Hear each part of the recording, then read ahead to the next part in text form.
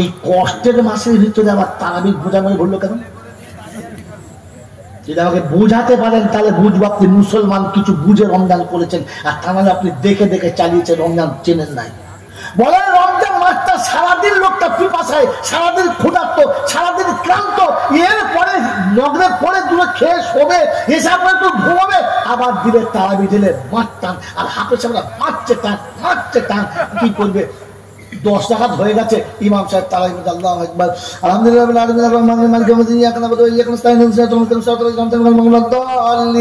মুসলিম ঘুমোচ্ছে,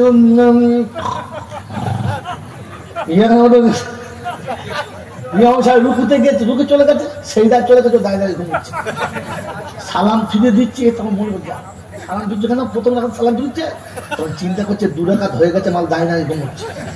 না আপনাদের টাই নয়, আমি দেখেছি বাবাজিরা, আমার আল্লাহওয়ালা ভাইরা, এই রমজান মাসে তো কষ্টের মাস, কেন বলেন তো? রমজান মাসেতে তারাবিটা দিয়েছে, বলেন বলেন। কোনদিন আলেমদের জিজ্ঞাসা করেন নাই, কোনদিন জানতে চান নাই যে হুজুর এই রমজানে কেন বললো? আল্লাহ পাক রব্বুল আলামিন যেদিন কায়নাতকে সাজানো হয়ে গেছে, সেদিন আল্লাহ পাক রব্বুল আলামিন তার হাবিবকে মেরাজে দেখেছে, আরশে আজিমে দেখেছেন। হ্যাঁ না বলেন, দেখেছেন না? কি কারণে? এই জন্যে যে হাবিব হাবিব কায়নাত বানিয়েছি তোমার ইচ্ছায়, আর তোমাকে বানিয়েছি আমার ইচ্ছায়, অতএব কায়নাত সাজানো হয়ে গেছে, এসে আমার পাশে বসো, আমি তোমাকে দেখি কেমন হয়েছে, আর তুমি দেখো তোমার কথা মতো কেমন বানিয়েছি। আল্লাহ তার নবীকে পাশে বসিয়ে কায়নাতকে সাজানো দেখাচ্ছে। আমার বন্ধু, আমার আল্লাহ ভাইরা, আর শোনাচ্ছে হাবিব তোমার জন্য আমি মাকামে মাহমুদ করেছি, আমি বাইতে মামুরে থাকবো, তুমি মাকামে মাহমুদে থাকবে, আমার পাশে তুমি না থাকলে আমার জানটা ভরে না। তো আল্লাহর হাবিব বলছে, আল্লাহ আপনার পাশে আমি না থাকলে আপনার জানটা ভরে না, আর আমার পাশে আমার উম্মত না থাকলে আমি নবী আমার জানটাও ভরে না। জোরে বলেন সুবহানাল্লাহ, জোরে বলেন সুবহানাল্লাহ। আল্লাহ পাকের সামনে আজীবে কথা হচ্ছে, আল্লাহ তোর পাশে আমি না থাকলে তোর ভালো লাগে না, আর আমার পাশে উম্মত না থাকলে আমার ভালো লাগে না। নমুনা কোথা থেকে নিয়েছি জানেন? কোথেকে চুরি করে জানেন? যেদিন আল্লাহর সামনে নবীকে বসিয়ে জিজ্ঞাসা করছে, আল্লাহর পাশে নবীকে বসিয়ে জিজ্ঞাসা করছে কি এনেছো? বলে আনবো কি? জন্মের আগে তো বাপ মরে গেছে, জ্ঞান হওয়ার আগে মা মরে গেছে, যৌবনে যাওয়ার আগে দাদু মরে গেছে, এতিম করছো, নিঃস্ব করছো, দেশ থেকে তো তাড়িয়ে দিয়েছো, আনবো কি? তো তারপরে সে আনবে কি? কি আশা করো? কি চলে? বলে এনেছি, যা এনেছি তা তোমার দরবারে পাওয়া যাবে। যদি বলেন না, যাওয়ার আগের নমুনা আল্লাহ নবী যখন আরশের কাছে গেছে, আরশের পাশে গেছে, দুটো খুলে ঘরের ভেতরে প্রবেশ করছে, আল্লাহ বলছে হাবিব এ কি করছো? এ কি করছো? বলে কেন? জুতো পরে এসো। কি জি সবাই চলে জুতো নিচে হল, বলে না, আর যখন জামাই আসে বাবা ভেতরে এসো, জুতো পরে চলে এসো, বলে না? হ্যাঁ না বলে। আল্লাহ পাক হাবিব জুতো পরে বলছে আল্লাহ সবাইকে সবার সাথে ছেড়ে দাও। তাই কবি বড় সুন্দর লিখেছেন, বড় সুন্দর সাজে দিদার, ওরে দিদার করিতে নবী খোদার নিকট যায়, দিদার করিতে নবী আরশেতে যায়। যখন গেলেন আরশের ধারে খোদা বলে নবীজি রে, যখন গেলেন আরশের ধারে খোদা বলে নবীজি রে, পায়ের জুতা সহ করে আমার আরশে আয়, দিদার করিতে নবী খোদার নিকট যায়। নবী বলে ওরা বানা মুসাকে করেছো মানা, আমায় কেন বলো তুমি জুতা সহ আয়, দিদার করিতে নবী খোদার নিকট যায়।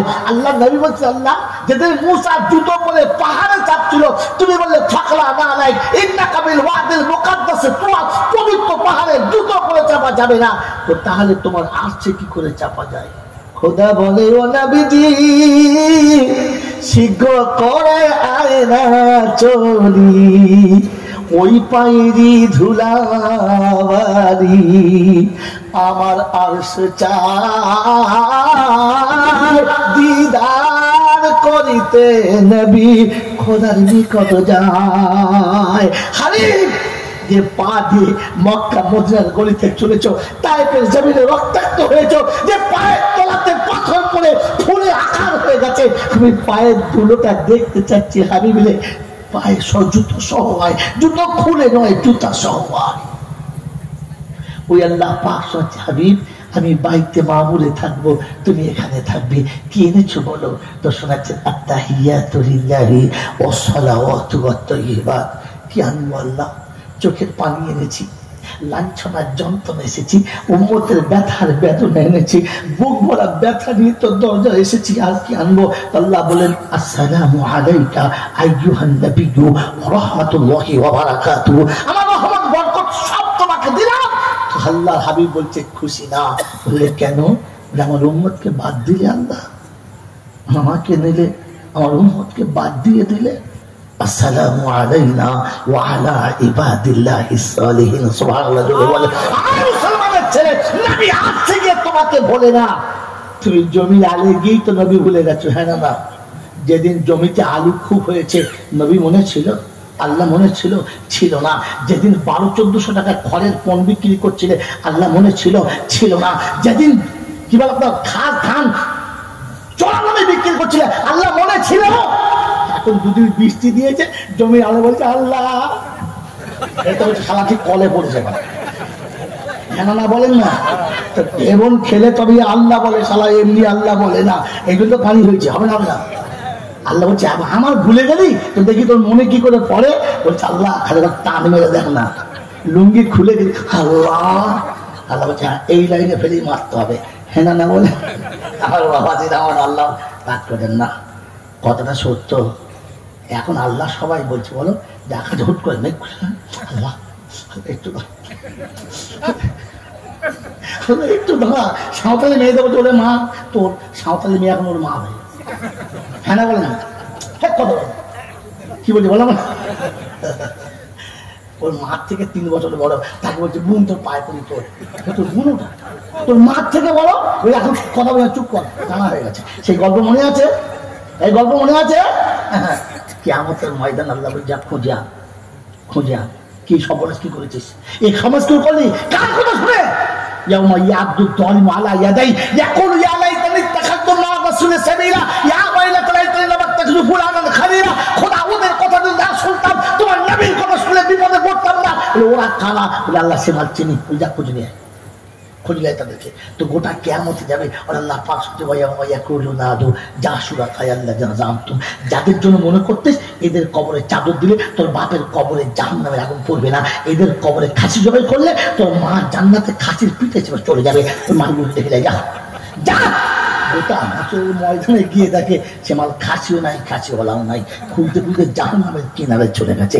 আরে বাবাজি আমার শোনাচ্ছেন বন্ধু, আল্লাহওয়ালা ভাইরা কিরকম খবর জানেন? ফুল চাষের সময় একেবারে চারদিকে বন্যা, চাষ ফুল, সকালবেলা উঠে দেখে হালের রৌদ্র চুরি হয়ে গেছে, সব নাশ করছে। কি হবে কি হবে? কি করবে? মুড়ি গামছা খড়ে বেঁধে আর দুটো চানাচুর নিয়ে সরষের তেলে মাখিয়ে বার হয়েছে। প্রত্যেকে বেলা বুলবুলো থেকে শুরু করে সোজা কালনা ঘুরে একেবারে মেমারি হয়ে বর্ধমান হয়ে ভাতার থানায় ঘুরে পাক খেয়ে যখন আসছে, আসুর শেষ মগরবের কাছাকাছি, সূর্য লাল, ছেলে তাস খেলছে, বউ দরজার কাছে দাঁড়িয়ে আছে, বুড়োটা মরে গেছে না বেঁচে আছে দেখি আসছে। বলে হ্যাঁ, যেমনি কাছে এসেছে তো ছেলেটা জিজ্ঞাসা করছে আব্বা গরু পেয়েছো? বলছে না রে ভাই পাই নাই। ওর বউ তখন বলছে তোমার ভাই হয়? এখন জলাস না মা, গরু হারালে ওরকম হয়, জলাস না বন্ধু। গরু হারালে বউকে মা বলে ফেলে, আর এখন পানি হলে সাঁওতালের মেয়েকে মা বলে। ও মা তোর সব ডুবে গেল। ফেরেশতা বলছে কলে পড়েছে মাল, সহজে আল্লাহ বলেছে? এই জন্য বলেন মাঠে চাষ করে জমিরা 2 রাকাত নামাজ পড়ে কোনদিন বলেছেন আল্লাহ চাষ আমি করেছি, ফসল তোমার হাতে। আল্লাহ চাষ আমি করেছি, ফসল হওয়ার পরে বাড়ি নিয়ে যাওয়াটা তোমার হাতে। আল্লাহ চাষ আমি করেছি, ফসল তুমি দিতে পারো না পারো, আর দেওয়ার পরে ফসল বাড়ি যেতে পারে নাও পারে, আর বাড়ি যাবার পরে আমার ভাগ্যে ভোগে লাগতেও পারে নাও পারে, সব তোমার হাত। ইজ্জতের সঙ্গে তুমি ফসল দাও, আর আরামের সঙ্গে খাওয়ার ক্ষমতা দাও। দুরাখা নামাজ পড়েছ? গোটা জীবনে পড়ে নাই। আকাশে মেঘ করেছে, কাঁচা মেরে তার আগে পেচ্ছা করে নুঙ্গি মুছে নিয়েছে, বলুন তো। আর ওই মুছে নিয়ে এইবার কোমরে গামছা বেঁধে বলছে আল্লাহ আল্লাহ। ফেরেশতা চিন্তা করছে, সালা উপরে বিড়ি নিচে দড়ি, তারপরে বল না ছি ছি ছি ছি ছি ছি ছি। তোমার আল্লাহ বলা ডিজাইন থেকে ফেরেশতা তো চোখ করতে বলে আল্লাহ বলেছে আমি হারামিদের বানাবি না। দেখ অবস্থা, দেখ অবস্থা, দেখ। এখন পাকনা পাকের জ্ঞান নিয়ে কি বলে তার কোনো বুদ্ধি নেই। সেখানে বন্ধু আমাকে খারাপ করে দেবেন, আল্লাহ বলবেন সাল্লাহ, আল্লাহ বলবেন সাল্লাহ। যদি বলবো মনে হতো তাহলে সুবহানাল্লাহ আমি বলি আপনাকে বলাতে পারতো, আপনি নিজে থেকে সুবহানাল্লাহ বলতেন, আপনাকে বলতে তোর সুবহানাল্লাহ পাগলা কোথায়, ওটাকে সুবহানাল্লাহ কোথায় দিয়েছে। বিয়ে বাড়িতে বুঝলেন, বিয়ে বাড়িতে বিদায়ের সময় বন্ধনে কাঁদছে, পাড়ার লোক বলছে হ্যাঁ রে কসা তোর জামাই পাগলা না কি রে, তুই তাই তো চিন্তা করছিস, কাঁদছে কেন, খুব কাঁদছে বুঝতেছ। তো সবাই এসে বলছে বড়ের বোনাই কি, হ্যাঁ ভাই তো শালা পাগলা নাকি, বলতো পাগলা কেন হবে, এমএ পাস, কাঁদছে না কি হয়েছিস কর, বলছে কাঁদছিস কেন, বলছে ও কাঁদছে কেন, ও কাঁদছে কেন, বলছে বলে শয়তান ও কাঁদছে মা বাপ ছেড়ে যাচ্ছে বলে, বলে আমি ওই জন্যই কাঁদছি, ও ছেড়ে যাচ্ছে আমাকে ছাড়াবে আগে কেঁদে নিচ্ছি। বোকা হলেও বুদ্ধি আছে, তাই তো মৌলবি হয়ে বলে বসে জলসা চালাচ্ছে। বন্ধুরা আমার আল্লাহ ভাইরা জ্ঞানীজনরা শুধু মানুষরা সব জায়গায় সুবহানাল্লাহ বলবেন না, কাঁদা ভালো, তবে বিয়ে বাড়িতে জামাই কাঁদে লোকে পাগল বলবে, বুদ্ধিমান বলবে, যেটা বলে তো সুবহানাল্লাহ তাল বুঝে বলো, সবাই সুবহানাল্লাহ। শুকনো পাগলা কথা শোনে নেবার যেটা বলছিলাম। আর 10 মিনিট আছে ইনশাআল্লাহ, দাঁড়ান দাঁড়ান মেরে মহতম দোস্তর বলুন আল্লাহ ভাইরা।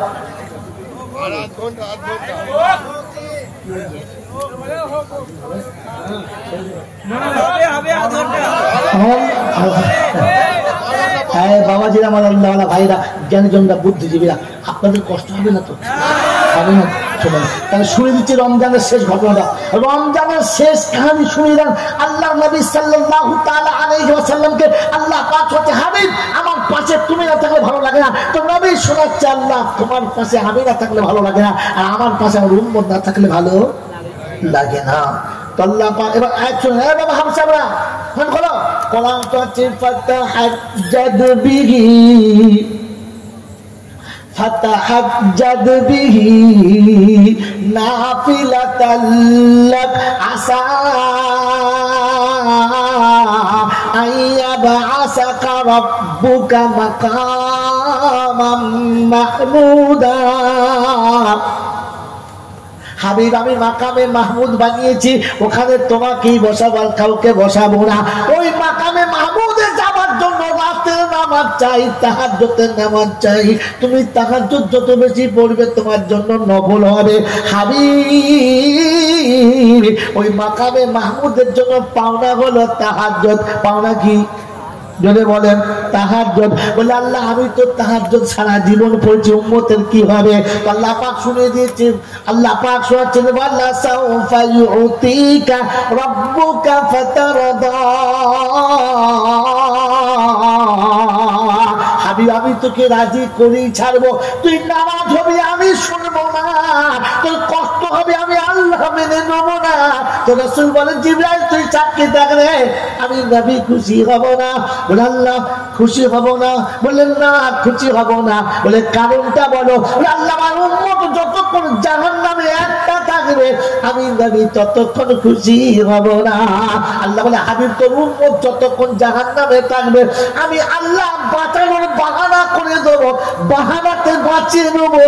এমনিতে বাঁচতে না পারলে বাহানায় বাঁচাবো। তোর উম্মতকে বাহানাটাও করতে বলবি, বলবি ইনশাআল্লাহ, বলবি ইনশাআল্লাহ। এই বাবা যে আমার আল্লাহওয়ালা ভাইরা কোন মাসেতে বলেন নফল নাই জানেন না? আল্লাহ বলে রমজান মাসে নফল আছে, কথা বলেন এরা। এই রমজানে নফল আছে, আছে যত নফল সব ফরজের সমান। হ্যাঁ না বলেন? এক ফরজ কত সমান? 70-এর সমান। উম্মত যদি সারা বছর নামাজ না পড়ে, রমজান যদি রমজানের মতো আদায় করে, আমি আল্লাহ এক রমজানে 5 বছর 10 মাসের সওয়াব তার আমল নামাতেই দিয়ে দেব। তাই মুসলমানের ছেলেরা, এক ওয়াক্ত যদি 70 হয়, একদিন যদি 70 দিন হয়, তাহলে 1 মাস কমাস হলো। 1 মাস মানে কমাস? জোরে বলেন। 70 মাস। 70 মাস সমান কত মাস? 5 বছর 10 মাস। 5 বছর 10 মাস। বলে আল্লাহ আমার উম্মত এতেও মনে হয় ফেঁসে যাবে, এতেও উম্মত পার হতে পারবে না। আল্লাহ বলে হাবিবের পরে সুযোগ দিয়েছি রে, সুযোগ দিয়েছি তোর উম্মতের জন্য, ঘাবড়াস না। লাইলাতুন খায়রুম মিন আলফি শাহর, একটা রাত দেবো যেটা 1000 মাসের সমান। ক মাসের সমান? যদি বলেন 1000 মাসের সমান। ওই 1000 মাস আমল নামায় দেবো একটা রাতের ইবাদতে। 1000 মাস মানে ক বছর? 83 বছর 4 মাস। ক বছর বললাম? 83 বছর 4 মাস আর 5 বছর 10 মাস কত হলো? 89 বছর 2 মাস। যদি 80 বছরে মরে যাস, কবরে ফেরতে গেল মানবব্য করে রাখবো কার হিসাব চাস? বলে হ্যাঁ। হিসাব শোন, আমার 89 বছর 2 মাসের আমল আছে, 80 বছরে 80 বাদ দে, বাকি 9 বছর 2 মাসের মালটা দেখে দেব। কথা বোঝেন নাই? কথা বোঝেন নাই? আল্লাহ পাক বলে হাবিব রে, তোর উম্মতকে আমি তোর পাশে দেওয়ার জন্য রমজান মাসে তারাবি দিয়েছি। এই তারাবির নামাজটা রাতের নামাজ হিসেবে কবুল করে নেব। এই বন্ধু শুনে রেখে দে, সত্যবান রমজান মাসে তারাবি পড়া কি সুন্নাত? বলে সুন্নাত। এই তো তারাবির সাথে কোরআন শরীফ খতম করা সুন্নাত। হ্যাঁ না? জোরে বলেন। আজ থেকে শিখে নেন। যারা বলেছে মনে হয় বেখেয়ালে বলেছে, ভুল বলেছে। বললাম না বেখেয়ালে বলেছে। কোরআন খতম করা কোনোদিন সুন্নত ছিল না, কোনোদিন সুন্নত হবে না। কোরআন খতম করা সুন্নত না। ওই মুসলমানের ছেলে, তারাবি যদি রাতের নামাজ হয়, তো রাতের নামাজে কোরআন খতম করা সুন্নত না তেলাওয়াত করা সুন্নত? জোরে বলেন। কোরআন চলছে আইয়ুহাল মুসাম্মিলু কুমিল লাইল নিসফাহু আবিন কুসমিনহু কালিলা আও সিদ আলাইহি ওয়ারাত্তিলিল কুরআনা তারতিলা। হাবিব গো, ও চাদরওয়ালা কামলিওয়ালা, ও চাদরওয়ালা কামলিওয়ালা, আর ঘুমালে হবে না। নিশি অর্ধেক চলে গেছে, কিংবা বেশি রয়ে গেছে, উঠে পড়ো, ডাকে তোমায় রব্বানা। তেলাওয়াতে কোরআন করো, অন্য কিছু চাইছে না। রাতের অন্ধকারের নামাজে তেলাওয়াত করা কি করা বলো? জোরে বলো। রমজানের তেলাওয়াত করা সুন্নত, তেলাওয়াত শোনা সুন্নত। আমাদের তেলাওয়াত চলে না, খতম চলে। জোরে বলেন। বাপ মরে গেছে, এক খতম। মা মরে গেছে, এক খতম। দাদু মরে গেছে, এক খতম। ফেরেশতা বলছে তো খতম আগে তো হয়ে গেছে, তুই আবার খতম করবি কি? ও তো খতম করিয়ে দিয়েছিস। কথা বোঝেন না? বোঝেন না?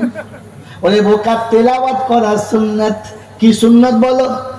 যদি বলো তেলাওয়াত করা, খতম করাটা সুন্নাত না। আমার বাবা যে আমার শোনাচ্ছেন বন্ধুরা, খতম কিরকম চলে? বিসমিল্লাহির রহমানির রহিম, আলহামদুলিল্লাহি রাব্বিল আলামিন, আর রহমানির রহিম, মালিকি ইয়াউমিদ্দিন, ইয়্যাকা না'বুদু ওয়া ইয়্যাকা নাস্তাঈন, ইহদিনাস সিরাতাল মুস্তাকিম, সিরাতাল লাযিনা আন'আমতা আলাইহিম গায়রিল মাগদুবি আলাইহিম ওয়ালাদ-দাল্লিন। إن الذين قالوا ربنا الله ثم استقاموا تفضل عليكم والذين الظالمين الكافرين। ফেরেশতা মনে করছে গাড়ি সেন্টারে চলে এসেছে। আল্লাহু আকবার। হ্যাঁ না বলেন? কি পড়েছে পিছনে কিচ্ছু বুঝতে পারে না, ধুনে দিয়েছে, তেমন তুলে খালি কাচাচ্ছে, খতম করছে। মা খতম, মা খতম, মা খতম। হ্যাঁ না বলেন? তেলাওয়াত হচ্ছে তার নাম। কোরআন সত্যি ওয়ারাত্তিলিল কুরআনা তারতিলা। রাতের অন্ধকারে নামাজ দিয়েছি তাহাজ্জুদের সঙ্গে মেলাতে, মাকামে মাহমুদের পাশে তোর জায়গা দিতে, একটু তেলাওয়াত করে শোনা। কোরআন শুনিয়ে দিয়েছিল আইয়ুকুম আহসানু আমালা, একটু ভালো আমল কর, বেশি আমল করতে হবে না, ভালো কর। 2 রাকাত নামাজ পড়ে নে, জীবন কামিয়াব হয়ে যাবে, তোকে অত নামাজ পড়তে হবে না। বন্ধুরা আল্লাহ বলা ভাইরা, এজন্য কোরআনের তেলাওয়াত করা সুন্নাত ছিল। বাংলায় চালু হয়েছে ইনশাআল্লাহ, অন্ধেও তো চালু আছে, আর আরেকটা জায়গা ঢাবেল চালু আছে, আর কোথায় এই 2-3 জায়গা আমার জানা আছে। বাকি আপনারা তৈরি হন তেলাওয়াত শোনার জন্য। কি শোনার জন্য? কি শোনার জন্য? তেলাওয়াত শোনার জন্য। বাপ মা মারা গেছে, তাদের জন্য দোয়া করাবেন। হাফেজ আলেমকে ডাকুন, ভালো নাস্তা করান, কাছে বসান, মোহাব্বতে করজোরে নত জানুতে বলুন, হুজুর একটু তেলাওয়াত করুন, কিছু তেলাওয়াত করে দিলে আমার আব্বা মায়ের জন্য। খতম বলবেন না, 4 হাফেজ সাহেব বসে মারবার খতম, এবার 4 জন মিলে কাঁচার ছেড়ে ফাটাফাট ফাটাফাট, সেটা যদিও বাঁশ তো খতম করেছে। হ্যাঁ না বলেন, কলেমা খতম না, কলেমা তেলাওয়াত করে শোনান। মনে থাকবেন চাল্লা, মনে থাকবেন চাল্লা। তেলাওয়াত এই বছরের রমজানের ঘটনা বলছি, এই বছরের রমজানের ঘটনা। মেরে মহতম তেলাওয়াত চলছে, পিছনে মুসলিম খুব কম, বেশি না, কিন্তু তেলাওয়াত চলছে।